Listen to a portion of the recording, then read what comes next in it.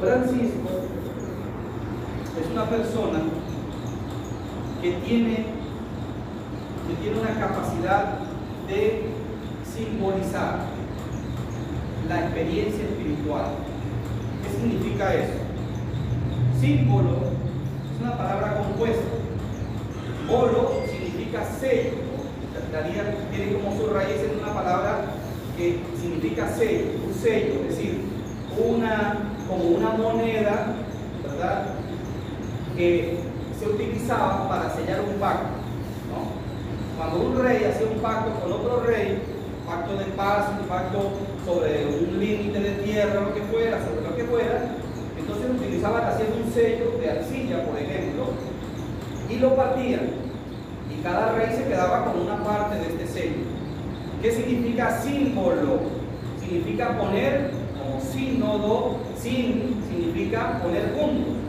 Ahora hablamos mucho de sinodalidad, que significa caminar juntos.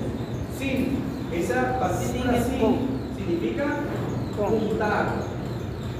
Juntar. Símbolo significa volver a poner el bolo que está partido, el sello, ponerlo juntos. Eso es símbolo, eso es lo que literalmente significa símbolo. Ya hablamos de eso para hablar del pesebre. Qué cosa más rara, ¿verdad? Qué cosa más fea. Pues que Francisco, ahora nosotros esto lo aplicamos a nuestra capacidad de unir el significado de una cosa material con un significado espiritual. Por ejemplo, nosotros hablamos de símbolos patrios. ¿Sí? ¿Cuáles son los símbolos patrios? La bandera, el escudo, el himno nacional. El himno, y ya también decimos la orquídea, el turpial, el arapané. Ahora, ¿cómo podemos entender esto? Especialmente cuando yo estoy fuera del país y yo veo la bandera de Venezuela, que es un objeto material, me hace sentir una experiencia afectiva. ¿Sí? Me comunica una experiencia afectiva. A veces cuando estamos viendo los partidos del mundial, por allá se aparece una bandera de Venezuela en medio del público. Mira, allá hay un venezolano, ¿no? Inmediatamente. Y me comunica una experiencia afectiva. Esto es lo que se llama símbolo, lo que nosotros entendemos como símbolo. Un objeto material que tiene la capacidad de comunicarme unos afectos, unos sentimientos, una realidad. Francisco, ¿qué es lo que utiliza? Francisco utiliza mucho el lenguaje simbólico. Constantemente él utiliza lenguaje simbólico para referirse a su experiencia espiritual. Por ejemplo, una de sus experiencias de oración. Francisco, así por ejemplo, cuando va a la montaña a orar, nos dice Tomás de Celano, cuando oraba en las selvas y en las soledades, llenaba de gemidos los bosques, bañaba el suelo de lágrimas, se golpeaba el pecho con la mano y allí, como quien ha encontrado un santuario más recóndito, hablaba muchas veces con su Señor. Allí respondía el juez, oraba el padre, conversaba con el amigo, se deleitaba con el esposo. Y en efecto, para convertir en formas múltiples de holocausto las intimidades todas más ricas de su corazón, reducía a suma simplicidad lo que a los ojos se presentaba múltiple. Rumiaba muchas veces en su interior sin mover ni siquiera los labios, interiorizando todo lo externo, elevaba su espíritu a los cielos. Así todo, él ya no era orante, sino hecho oración, enderezaba todo él y todos sus afectos hacia lo único que buscaba, que era el Señor. Entonces, fíjense, ¿qué es lo que hace Francisco? Esto lo cuenta Tomás de Celano. ¿Qué es lo que hace Francisco? Francisco convierte su oración en un lenguaje simbólico. En el símbolo, en el lenguaje simbólico intervienen dos cosas muy importantes. Interviene la capacidad de imaginar e intervienen los afectos. Cuando yo le regalo a mi mamá una rosa, ¿esa rosa qué es? Una flor cualquiera. Pero si se la regalo a mi mamá, tiene un significado especial. Yo esa rosa la puedo cortar estoy cortando el monte del jardín y corto la rosa y no significa nada. Pero si se la regalo a mi mamá, tiene una significación especial, tiene un significado especial porque va cargado de afecto. Pero en el momento que se la regalo a mi mamá, en mi cabeza se origina un pensamiento, una imaginación. ¿Qué le estoy regalando a mi mamá? Una rosa. Amor. Es decir, en la rosa está representado la devoción, está representado el amor, que no se puede ver. Está representado en un objeto material, que se lo van a comer las hormigas o si lo tiro a la basura se pudre y ya. Pero en ese objeto material está representado un sentimiento y eso es lo que viene a significar. Entonces Francisco, normalmente cuando él se va a la oración, toda su oración la convierte en una experiencia simbólica, es decir, en la utilización de recursos materiales, de cosas materiales que adquieren un sentido espiritual o que lo transportan a un sentido espiritual. Por eso nos comentan algunas de las biografías que Francisco solía, cuando iba por ahí por el bosque y decía, no tengo aquí una cruz, inmediatamente juntaba dos palitos, porque él necesitaba ese objeto físico para transformarlo en el conducto, ¿verdad? En el camino, en el puente que lo llevaba a Dios. Necesitaba. Otra de las cosas interesantes que pasaba con Francisco, muy bonita, que pasaba con Francisco, es que le gustaba meterse en las grietas de las rocas. Le gustaba pasar por allá por las montañas, por allá se lo pasaba en las montañas. Y donde encontraba una grieta, se metía en la grieta. En esa grieta recibió los estigmas, ¿verdad? En la verga, entre unas piedras allí, recibió los estigmas. ¿Y qué se imagina Francisco? Francisco recuerda en el Evangelio que el día que el Señor Jesucristo murió, muchas rocas se rompieron. ¿Sí? Así lo dice el Evangelio, ¿verdad? Ese día algunas rocas, algunos sepulcros se abrieron y las rocas se agrietaron. Y Francisco recuerda aquel episodio. Y recuerda que ese episodio nos habla de cuando Jesús recibió el lanzazo en el costado. Así que Francisco imagina metiéndose en la roca, que fue el momento, esa roca se abrió en el momento en que Jesús murió, y que esa roca se asemeja al costado abierto de Cristo. Y él imagina esto. Dice, no, pero eso es de loco. No es de loco. Es nuestra capacidad de simbolizar, lo que le decía. Si le regalo una rosa a mi mamá, no estoy diciendo a mi mamá que no vale nada, porque vale lo que vale una rosa. No. Eso no le estoy diciendo a mi mamá. Vale lo que vale una rosa, ¿qué vale? $1. Eso es lo que vale mi mamá. No, mi mamá vale mucho más. Y la mamá entiende que la rosa no tiene el valor de $1. Tiene un valor incalculable. Y Francisco entiende esto y lo vive así en la espiritualidad y lo experimenta. Por eso, cuando él llega a la noche de Belén, o antes de que llegara la noche de Belén, Francisco, que está acostumbrado a vivir en su experiencia con Dios esta riqueza de los afectos que se vuelven simbólicos y de los símbolos que se vuelven afectivos, entonces decide hacer un gesto que ya le decía, no es nuevo, pero decide llenarlo de una riqueza muy importante. Y entonces vamos a escuchar el relato. Yo quisiera aquí, no sé si María Ángela me puede ayudar para que yo no hable tanto, porque si no ustedes se cansan de escuchar. Vamos a escuchar el relato, seguramente ustedes lo han escuchado, pero vamos a escucharlo de todas maneras otra vez.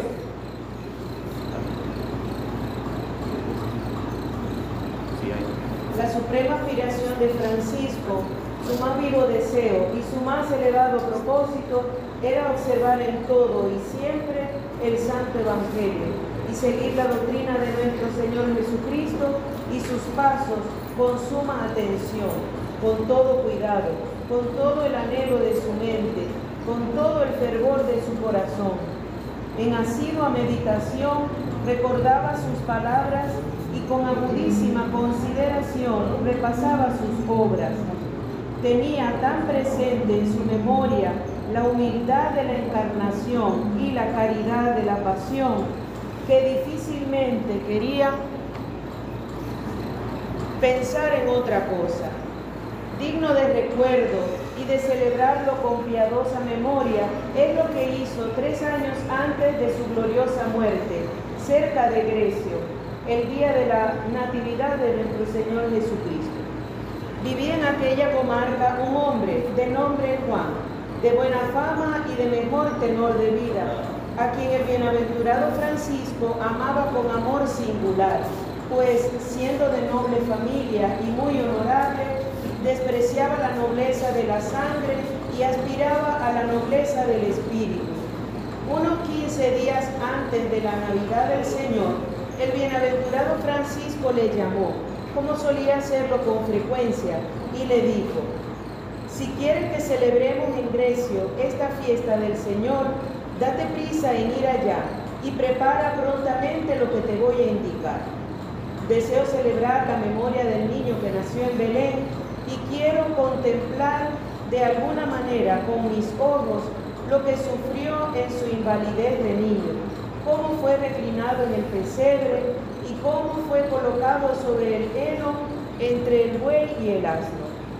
En oyendo esto, el hombre bueno y fiel corrió presto y preparó en el lugar señalado cuanto el santo le había indicado. Llegó el día de alegría, de exultación. Se citó a hermanos de muchos lugares, hombres y mujeres de la comarca, rebosando de gozo. Prepararon, según sus posibilidades, cirios y teas para iluminar aquella noche que con su estrella centelleante iluminó todos los días y años.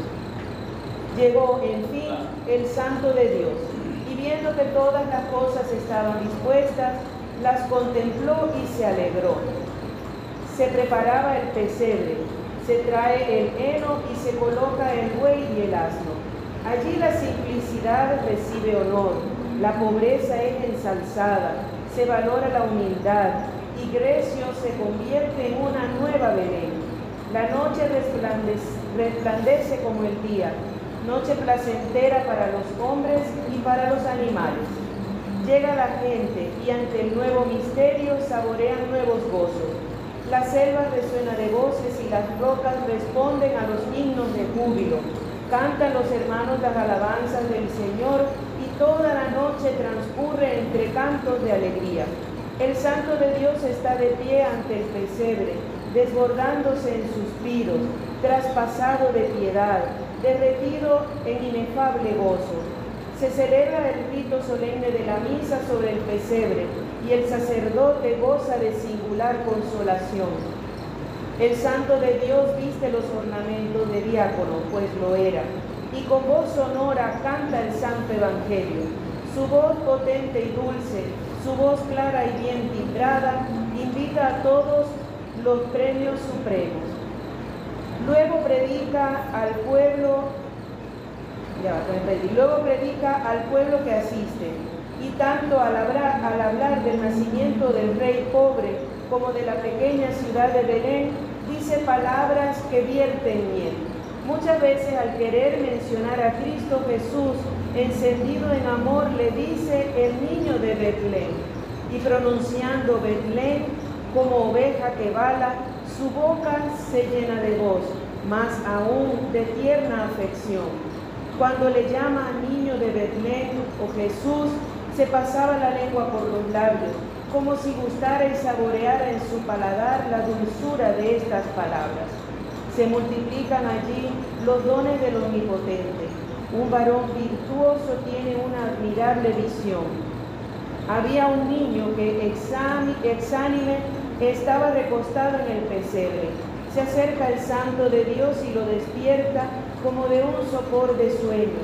No carece esta visión de sentido, puesto que el niño Jesús, sepultado en el olvido en muchos corazones, resucitó por su gracia, por medio de su siervo Francisco, y su imagen quedó grabada en los corazones enamorados.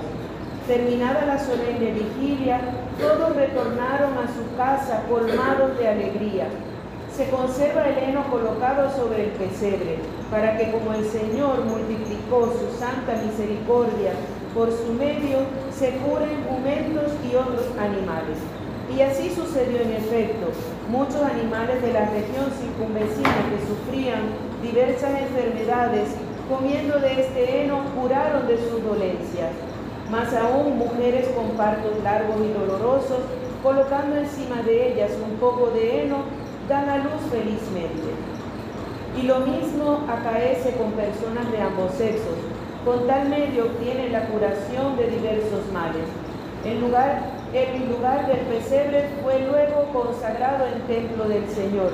En honor del Beatísimo Padre Francisco se construyó sobre el pesebre un altar y se dedicó una iglesia para que, donde en otro tiempo los animales pasieron el pienso de paja, allí coman los hombres de continuo para salud de su alma y su cuerpo la carne del Cordero inmolado e incontaminado, Jesucristo, Señor nuestro, quien nos dio a sí mismo como sumo e inefable amor y que vive y reina con el Padre y el Espíritu Santo, y es Dios eternamente glorioso por los siglos de los siglos. Amén. Aleluya, aleluya. Aleluya. Feliz Navidad. Bien. Este es el relato que nos cuenta cómo Francisco, lleno de afecto especial por este acontecimiento de la Navidad, decide hacer este pesebre de nuevo, que no era nuevo, no era original la idea, no es que Francisco descubrió esa idea, pero la realiza de una manera tal que no es una obra de teatro, es una experiencia espiritual cargada de mística, cargada de afecto, ¿no? ¿Cuántas veces la Junta ha hecho aquí la representación del pesebre? Sí la hacen, ¿verdad?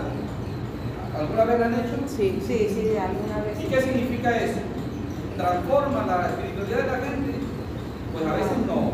A veces en la parroquia, hasta para chiste. Yo recuerdo que una vez en un pesebre llevaron el burro, y el burro, como a media iglesia, un burrito, y a media iglesia se detuvo y él terminó de llegar arrastrado, porque lo llevaron arrastrado por toda la iglesia y todo el mundo se reía. Es decir, la representación muchas veces del pesebre, como lo solemos hacer, es simplemente una obra de teatro, no pasa de ser una obra de teatro. Ahora, Francisco no quiere una obra de teatro. Francisco quiere que la experiencia que él va a representar sea una experiencia con una carga simbólica profunda. Recuerden, símbolo significa juntar las dos cosas. ¿Y qué es lo que quiere juntar Francisco? Lo que se ve con lo que no se ve. ¿Qué es lo que se ve? El pesebre. ¿Qué es lo que no se ve?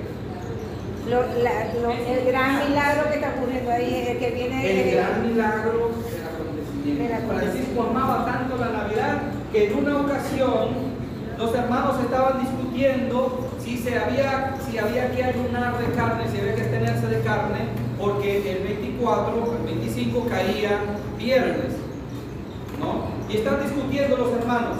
Y Francisco le dice al hermano, que se llamaba Morico, le dice: hermano Morico, pecas al llamar día de Venus, que es lo que significa viernes, día de Venus, al día en que ha nacido el niño Jesús.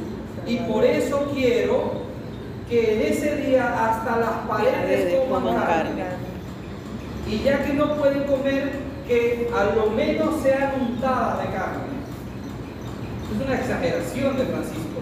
Pero era para que lo entendieran completamente. Pero es para que entendieran la importancia de la Navidad.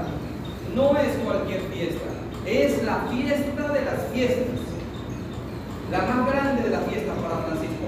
Amaba tanto la Navidad que escribió en muchos pasajes de la escritura, de sus escritos, esta referencia a la Navidad como el acontecimiento más importante para el ser humano.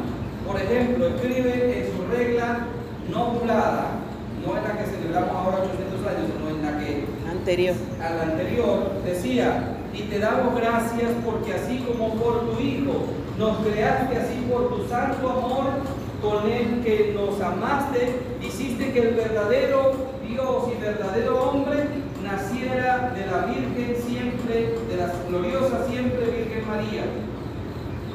Que el verdadero Dios que creó todas las cosas naciese de la Virgen María. Este es el misterio que Francisco quiere proclamar. Y después, por ejemplo, compone un salmo para ser rezado durante toda la Navidad, el Salmo 15 del oficio de la Pasión de San Francisco. Escribe un salmo solo para eso.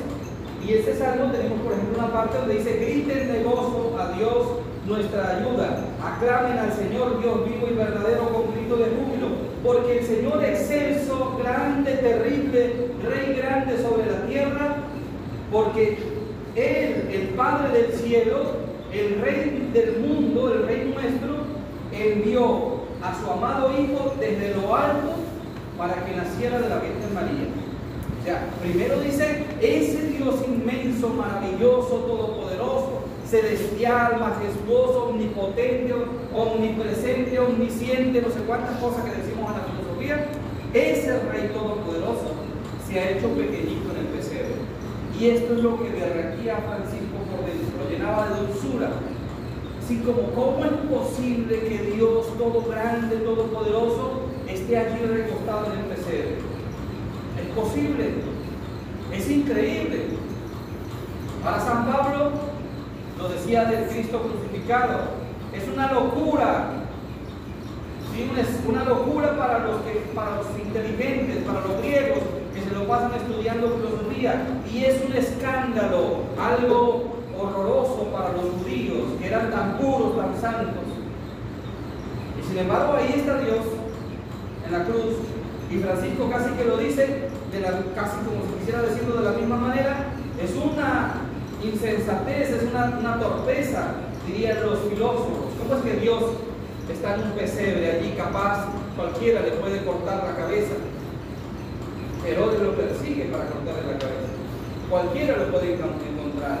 ¿Y cómo es que Dios, siendo tan puro, está aquí en un cuerpo humano? ¿Cómo es? Y sin embargo está. Y entonces Francisco, movido por este deseo tan impresionante, tan dentro de su corazón, tan lleno de pasión, decide, como en estos momentos Francisco sería un buen TikToker, decide hacer una representación para que todos comprendan lo que sucedió en Belén.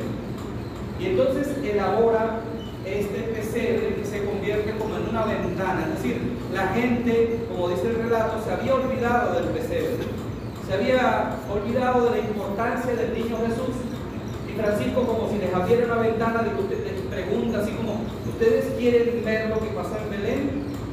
Entonces les abre una ventana y las personas pueden ver lo que pasó en Belén. ¿Pero qué pasó en Belén? Además de que el niño nació en el pesebre, pasó algo sumamente impresionante, hermoso, que no cualquier persona lo puede comprender.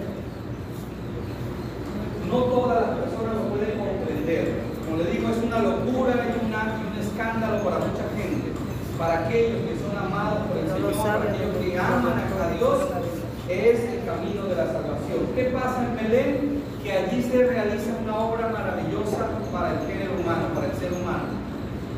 Se realiza la encarnación de Dios. ¿Qué significa encarnación? ¿Qué significa encarnación? Se hizo hombre. Que tomó carne. Y tomó carne de verdad, no de mentiras, no aparentemente, que tomó carne. Pero esto no lo puede comprender cualquiera. Solo quienes tienen alma de niño, corazón humilde, sencillo. En el Evangelio ayer leíamos, te alabo, Jesús decía: te alabo, Padre, porque estas cosas las has revelado a la gente sencilla, y en cambio los que son prepotentes y muy creídos y creen que se las saben todas, no entienden nada. En cambio las ha revelado a la gente sencilla. Francisco, el más sencillo, se adentra en este misterio de Dios y lo comprende, porque él mismo se ha hecho pequeñito, sencillo, y puede entrar. Dice un poeta español, Miguel de Unamuno, dice así: agranda la puerta, Padre, porque no puedo pasar. La hiciste para los niños y yo he crecido a mi pesar. Y si no me agrandas la puerta, a mí achícame por piedad. Vuélveme a la edad bendita en que vivir era soñar. Y está Francisco, nosotros esto se escribió 800 años, casi 700 años después de Francisco. Pero Francisco, como si quisiera decirle a Dios y comunicándole a sus paisanos, veamos en la simplicidad, en la pequeñez, que allí está Dios. Ahora, esta cosa que pasa allí en Belén, esto que sucede en Belén, se convierte en una luz, irradia una luz muy importante. ¿Y cuál es la luz? La luz que irradia allí es de dos cosas, de dos maneras. Hacerse ser humano, ha querido hacerse pequeñito, ha querido hacerse humilde, sencillo. Dios no quiso venir con carros de fuego a salvarnos, quiso venir haciéndose ser humano.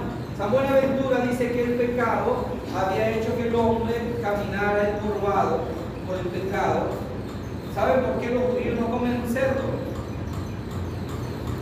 ¿Por qué se considera el cerdo impuro? ¿Saben? Porque el cerdo no puede levantar la cabeza para el cielo. No puede hacerlo, anatómicamente no puede. ¿Sí? Su cabeza siempre va inclinado. Cuando más levanta la cabeza un poquito, pero no puede mirar el cielo para arriba. No puede. Anatómicamente no puede. Esta es una de las razones por las que los judíos consideran que los cerdos son animales impuros, porque no pueden mirar al cielo. Pues dice San Buenaventura que nosotros éramos como cerdos, porque el pecado nos hizo encorvarnos sobre nosotros mismos, porque el pecado es un acto de soberbia. A veces decimos que el pecado original fue una manzana, las pobres manzanas no tenían culpa. O algunos piensan que el pecado original fue una relación sexual entre Adán y Eva. Tampoco, porque Dios les dio la sexualidad para que tuvieran relaciones sexuales. Normal. No es la relación sexual. ¿Cuál es el pecado de Adán? El pecado de Adán y de Eva es querer ser como Dios. ¿Sí? ¿Y qué significa eso? La serpiente les dice, o el diablo les dice, ¿ustedes quieren ser como Dios? Y ellos, bueno, sí. ¿Qué significa eso? Ya no queremos tener como referencia a Dios, ya no queremos ser imagen de Dios, queremos ser imagen de nosotros mismos. Y para poder ser imagen de nosotros, de ellos mismos que hicieron, mirarse a sí mismos. Como no tenían espejos, tuvieron que mirarse así. Y así se quedaron encorvados, dice San Buenaventura, encorvados sobre el propio pecado. Y entonces, así no podían volver a mirar al cielo, porque estaban encorvados por su decisión de pecar. ¿Sí? Por eso yo creo firmemente, honestamente, que no hay otra idolatría en el mundo más que el pecado de la soberbia. Es decir, cuando yo decido yo mismo ser mi propio Dios. Cuando yo le digo a Dios, tus mandamientos me valen nada. Yo quiero ponerme mis propios mandamientos. Yo quiero ser mi propio Dios. Déjame a mí ser mi propio Dios. Esa es la verdadera idolatría. ¿Por qué creo que no hay más idolatrías? Porque ¿cuántos dioses hay en el mundo? Uno. ¿Cuántos dioses hay? Uno solo. Entonces, lo más que uno puede hacer es la torpeza de adorar lo que no es Dios. Pero eso no es idolatría, porque no es Dios. Ahora, ¿qué es idolatría? Decirle a Dios, quítate porque vivo yo. Eso sí es idolatría. ¿Y cuándo hacemos eso? Cuando nos llenamos de soberbia, de vanidad, de deseo de gloria, de deseo de poder, y entonces le decimos, ahora yo soy el más importante. Como hoy tenemos esta tentación, el demonio como una serpiente viene especialmente por las redes sociales, así serpenteando por las redes sociales, porque hoy en día las redes sociales nos proponen quién es el número uno, el que tiene más likes.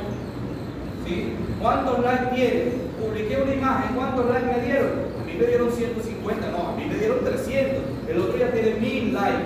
¡Wow! 1000 likes. ¿Cuántos seguidores tengo? Oh, 3000, 5000 seguidores. ¡Ah, qué belleza!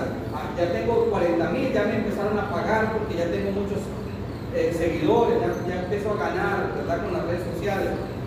está bien, si alguien vive de las redes sociales, bien. Pero, por ejemplo, poner en mi vida en manos de esta supuesta riqueza que son los likes, y yo estar al centro, y yo soy el importante, yo soy lo principal, es la misma tentación Eso es lo mismo de la nueva. La misma tentación de la nueva. No tengo nada contra las redes sociales, de hecho nosotros los capuchinos utilizamos las redes sociales, y siempre le digo a mis hermanos capuchinos, atentos, porque lo más importante no es que nosotros salgamos en las redes sociales. O sea, nuestra filosofía, nuestro pensamiento, no es que estemos de primeros en las redes sociales. Nuestro pensamiento debe ser que en las redes sociales propongamos una vida del Evangelio. Esto es bien importante, ¿verdad? Ahora, este hombre está encorvado y entonces el Señor Jesús se aparece pequeñito, porque Dios le habla a través de los profetas, le habla a través de los patriarcas, le habla a través de tantos santos hombres en la antigüedad, pero el hombre no logra enderezarse. San Buenaventura tiene una figura muy hermosa. Dice, entonces Dios viene pequeñito y el hombre lo ve y dice, si está aquí abajo. Y entonces Jesús se sube a la cruz y el hombre con mucha dificultad lo ve en la cruz. Y finalmente Jesús se va al cielo y el hombre puede volver a mirar al cielo. Y ese es el efecto de la redención. El hombre descubre de nuevo el cielo. Ese es el efecto de la redención. San Buenaventura otra vez utilizando un lenguaje simbólico, es decir, nos hace imaginar, ¿sí? A través de un ejemplo material, nos hace imaginar lo que sucede en realidad en el fondo de este acontecimiento de la redención. Francisco utiliza lo mismo y dice, aquí en el pesebre acontece este milagro maravilloso, que Dios se hace niño, se hace hombre. Pero, dice Gaudium et Spes, en el misterio del niño nacido en Belén se ilumina lo que nosotros somos como seres humanos. ¿Y qué es lo que recibimos como luz allí? Primera cosa, que Dios nos sigue amando a pesar del pecado. Que a pesar del pecado Dios nos ama. Dios no nos desecha porque estamos sucios por el pecado. Dios no tiene asco de nosotros. Dios no tiene ninguna repugnancia de nosotros. Porque Él tomó nuestra carne para salvarnos desde nosotros mismos. No desde arriba como una grúa que viene a levantarnos. No, no, no. Se mete en el fango con nosotros. Dice San Pablo, en todo igual a nosotros, excepto en el pecado. Pero en todo igual a nosotros. Entonces la primera cosa es que Dios no tiene asco de nosotros, no tiene vergüenza de nosotros, no nos rechaza, sino al contrario nos ama. Esta es la noticia, la buena noticia para el ser humano, que la redención es mostrando Dios su amor en todas las consecuencias, con todas las consecuencias, hasta de la muerte de Jesús. Es maravilloso. Y Francisco lo descubre, dice, pero esto la gente no tiene que ver, porque si no lo ven, no lo van a poder comprender, y lo muestra entonces. Segunda cosa que muestra Francisco, que si es verdad que Dios nos ama, entonces significa algo muy importante, que nosotros seguimos siendo buenos, que nosotros tenemos la bondad original, que no es verdad que el pecado es lo que nos define a nosotros como seres humanos. Lo que nos define a los seres humanos es la bondad que Dios nos ha dado desde el primer momento. Nosotros muchas veces, como decimos cuando estamos por ahí, cuando cometemos un error, bueno, es que yo soy hombre. Soy humano. O la mujer dice, bueno, es que somos humanos. Como si ser humano es igual a ser un pecador. Nos definimos por el pecado, un error. No nos definimos por el pecado, nos definimos por la bondad de Dios. Nos definimos positivamente, no negativamente. Y esto lo muestra la redención. O sea, esto no lo muestra Francisco, esto lo muestra Jesús cuando nace en el pesebre. Nos muestra que nosotros somos lo más valioso delante de Dios. Jesús no se hizo ángel. ni se hizo, no sé, un pavo real, ni se hizo un cocodrilo, ni se hizo, no sé, un tigre, se hizo un ser humano. Y a través de eso nos mostró lo valioso que somos delante de Dios. Por tanto, atento, porque esto tiene una significación, o sea, que es que se sale de nuestra comprensión. Es maravilloso. Por ejemplo, lo que ya les decía, ¿cómo nos definimos nosotros como pecadores? No, error. El pecado es una debilidad, pero no es lo que nos define. Por eso hay que cambiar incluso hasta el lenguaje. Oye, no sé, el marido le monta cacho a la mujer. Bueno, pero es que completa que yo soy hombre. Bueno, ¿y qué significa que sea hombre? ¿Hombre igual pecador? No. Pudiéramos decir en todo caso hombre igual débil, pero no hombre pecador. Podemos ser hombre criatura de Dios, pero no hombre pecador. No es el pecado lo que define nuestra naturaleza. En otras palabras, pudiéramos decir lo original en nosotros no es el pecado, porque nosotros no salimos de las manos de Dios pecadores, salimos puros, buenos, y Dios que todo estaba bien hecho. Dios no hizo cosas malas, hizo cosas buenas. Después el demonio vino y nos tentó y nos hizo pecar. Entonces, sí tenemos que decir, somos débiles, somos criaturas, ¿verdad? Frágiles, posibilitados, o sea, con la posibilidad de caernos. Eso sí lo somos. Pero nuestra naturaleza no es pecadora. Nuestra naturaleza es bondadosa, porque Dios nos hizo así buenos.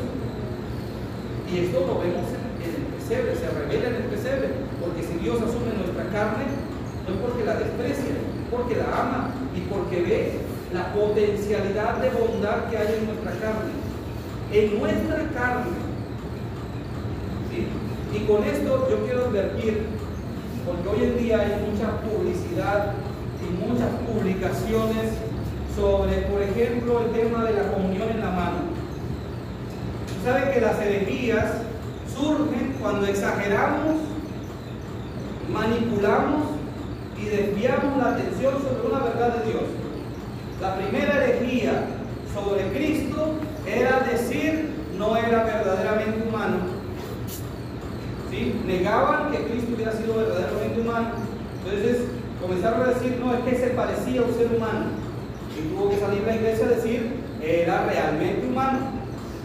Después dijeron no, otros dijeron no, es que Cristo era realmente humano, era solamente humano, pero así como Hércules, Dios le concedió ser Dios. Otra herejía, porque como no podían comprender esto, inventaban una teoría sobre Dios, sobre Jesús. Y sale la iglesia a decir Jesús es verdaderamente hombre y Jesús es verdaderamente Dios. Y se dan en Cristo las dos naturalezas. Y ninguna elimina la otra, las dos existen. Esta es una herejía. Ahora yo creo que en este momento, estos días, con la comunión en la mano, que si estamos manoseando a Jesús, una vez escuchaba a un sacerdote, lamentablemente, con un lenguaje demasiado, yo entiendo que él quería como decir, mire, la Eucaristía es tan sagrada que no la debíamos tomar con la mano. Está bien que quiera decirlo, pero cuando ya exageramos las cosas, llegamos a manipular la verdad y a darle un cuerpo diferente. La iglesia permite que las personas comulguen en la mano porque eso no está en contra de la naturaleza de Cristo, no está en contra de la divinidad de Cristo, porque nuestra vida, nuestra carne, la ama Dios. Dios no rechaza nuestra carne. ¿Qué es lo que Dios rechaza en nosotros? Pecado. El pecado. Eso no lo quiere Dios para nosotros. No quiere el pecado, pero no nuestra carne. Por eso las manos no son más pecadoras que la boca. Posiblemente la boca es más pecadora que las manos. ¿Sí? El pecado no está en las manos. ¿Sí? Cuando a veces estas reflexiones que yo le digo, que a veces son un poquito de este puritanismo rancio, como que una pureza exagerada, ojo que estamos negando la redención. Atentos que estamos negando la redención. Hay que estar muy atentos porque hay mucho de hoy en las redes sociales de esto, ¿verdad? Mucha manipulación de la verdad. Que Dios se encarnó tomó nuestra carne y no tiene asco de nuestra carne. Posiblemente no tiene asco Dios de que lo tengamos en la mano. Es cierto que en la mano queda una partícula, que hay gente que toma la hostia y se la lleva para su casa, que bueno, que hay abusos con la hostia.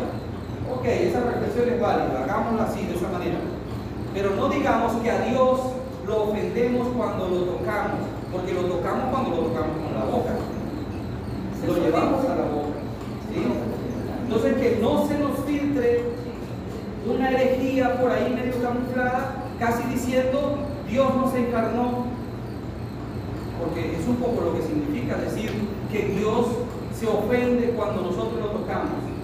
Dios no se ofende, porque Él se hizo carne. ¿Cuánto no lo tocarían ahí en vida? O sea, Una prostituta le lava los pies con las lágrimas, lo tocan los leprosos, y que eso hizo que Jesús fuera menos Jesús. Saqueo se quedó en su casa. Bueno, o sea, y esto es muy importante que lo tengamos en cuenta. Atentos. Por eso le digo que es que a veces cuando exageramos una cosa, ponemos en riesgo la verdad revelada. La verdad revelada es que Cristo tomó nuestra carne y eso no menosprecia la divinidad. No menoscaba la divinidad de Cristo. Antes bien, es lo que rehace realmente amable ante Dios nuestra naturaleza. Así lo quiere Dios. Dios no quiere evitar esto, lo quiere, lo desea. Yo comulgo siempre en la boca y a mis hijos les hablé para que dije, a mí me gustaría que comulguen en la boca, pero no es porque la mano sea indigna. Sí. O sea, para mí no es ese motivo, sino por el riesgo de las partículas. O sea, hasta ahí. Por eso les digo que la iglesia permite que se comulgue en la boca o se comulgue en la mano. La iglesia lo permite. Porque no ve en eso una oposición a la divinidad de Cristo. A la dignidad de Cristo. No hay una oposición en eso. Pero sí es importante que veamos que consecuencia de la encarnación del Hijo del Hombre es que hay que decir que Dios no tiene asco de nosotros. Nosotros no le contaminamos a Dios con nuestra carne. ¿Con qué nosotros le ofendemos a Dios? Con nuestro pecado. Y el pecado no está en la mano. Porque el mismo Jesús dice que ¿de dónde sale el pecado? del corazón. Corazón. De tu boca sale lo que tiene tu corazón. Exacto. Es allí donde nosotros guardamos entonces el resentimiento, el odio, la lujuria, la ambición, la vanidad, el orgullo, que se llama la cosa. Eso lo guardamos en el corazón, no en las manos. Una viejita una vez decía, es que padre, yo hablo todo el día bregando con las ovejas, con las gallinas y tal, mis manos están sucias. Está bien, venga, le doy la comunión en la boca, no pasa nada. Hay libertad de tomarle la mano en la boca. Pero quería insistir, porque este puritanismo rancio, que les digo, pone en cuestión, pone en duda entonces la encarnación de Dios. Es un misterio revelado, y revelado de una manera maravillosa en la vocación, en la representación del versículo del Evangelio, que viene a iluminarnos, como decía, que viene a decir lo bueno que nosotros somos para Dios, lo que Dios ama en nosotros, es el cuerpo. También, no solamente el alma, el cuerpo lo ama Dios, porque si no, no se hubiera encarnado. Ahora, esto lo tenemos que hacer entonces nosotros vida. Si asumimos de verdad que Cristo se hizo hombre por nosotros, entonces tenemos que tratar de llevarlo en nuestra vida. Y una de las maneras es aprender a divinizar nuestro cuerpo. Por eso San Pablo dice, atentos que ustedes son templo del Espíritu Santo. ¿Y templo qué significa? Casa. Templo significa el lugar donde se ve a Dios. Literalmente significa el lugar donde se ve el cielo. Literalmente, la etimología de templo es el lugar donde se ve el cielo. Antiguamente, antes de que existiera Abraham, que es el padre de la fe, antes había muchos adivinos y había astrólogos que para ver si era la hora de ir a la guerra o eso se ponían a mirar las estrellas. Entonces ellos para mirar el cielo buscaban un lugar, porque no en todos los lugares se ve bien el cielo. Y entonces en ese lugar se le llamó templo, porque es el lugar desde el que se ve el cielo. Y después, por asimilación, se empezó a utilizar para la religión el templo como el lugar igual, con el mismo significado, el lugar en el que se ve el cielo. Pudiéramos decir también, haciendo nuestra propia traducción, el lugar donde vemos a Dios. ¿Y qué dice San Pablo? Sus cuerpos son templo del Espíritu Santo. ¿Qué significa? El lugar donde vemos al Espíritu Santo. El cuerpo, no el alma, el cuerpo. ¿Sí? Así que no hay que tener o hay que quitar de nuestra mentalidad, de nuestra mente, cualquier atisbo de dualismo que nos lleva a rechazar el cuerpo como que no vale para Dios. Vale muchísimo. Vale tanto que Dios se hizo cuerpo por nosotros. Y finalmente, la Navidad celebrada como Francisco la celebró, y la Navidad celebrada donde nació Jesús, no fue en el centro de la ciudad, no fue en un lugar, no fue en un palacio, fue afuera de la ciudad.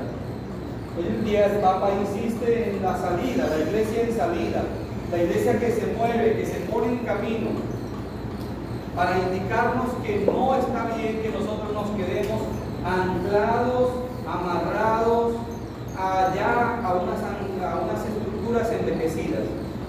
Tenemos que salir de nuestras comodidades, a aventurarnos, a inventarnos entre comillas, no es inventarnos una iglesia nueva, pero sí a dar origen a una novedad en la iglesia, ¿sí? A generar una experiencia espiritual profunda en las personas que lo vuelva a hacer vivir la luz de Dios en la iglesia. Y no nos quedemos como, bueno, es que siempre se ha hecho así, así se debe hacer, así ya, siempre se debe hacer así, y así nos quedamos amarrados a estructuras envejecidas. Ahora bien, fíjense, cuando los magos van buscando al niño, ¿qué le sucede?